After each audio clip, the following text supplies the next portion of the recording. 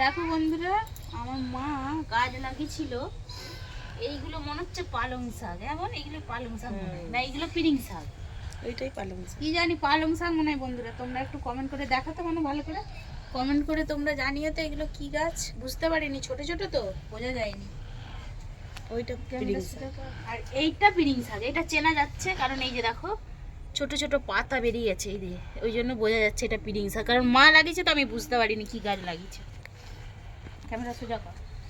আর এইটা এইটা এখনো কি গাছ লাগিয়েছে আমি বুঝতেই পারিনি, বেরোয়নি এখনো, কারণ ওই জন্য গাছের কোনো মাথা বলি।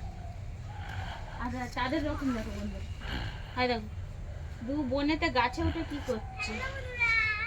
এই বাড়িটাতে বন্ধুরা অনেক বাগান টাগান সব আছে, গাছপালা লাগানো যায়, কিন্তু আমি লাগাইনি, মা এলে লাগায়। এগুলো লাগিয়েছে হলুদ গাছ, এই যে এগুলো সব হলুদ গাছ লাগিয়েছে। এটা কি গাছ কাকিমা দিয়ে গেছিলো, বাড়ির কাকিমা। এটা কি গাছ বলতে পারছি না।